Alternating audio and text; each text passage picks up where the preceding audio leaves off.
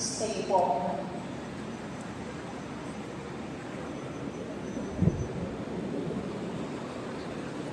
Sa ngalan ng Panginoon, tayo pinipilitan. Siya ang gawa ng langit at sa sanlibutan. Manalangin natin.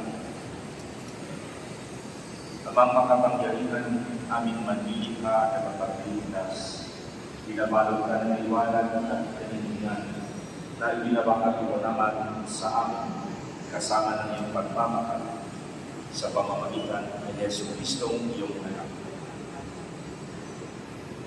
Basbasan mo ang mga tala ito ng karangalan na ipinagkaloob sa ngalan ng Papa Francisco. Ang ginawaran nitong karangalan ay makatanggap nawa ng iyong biyayang katapatan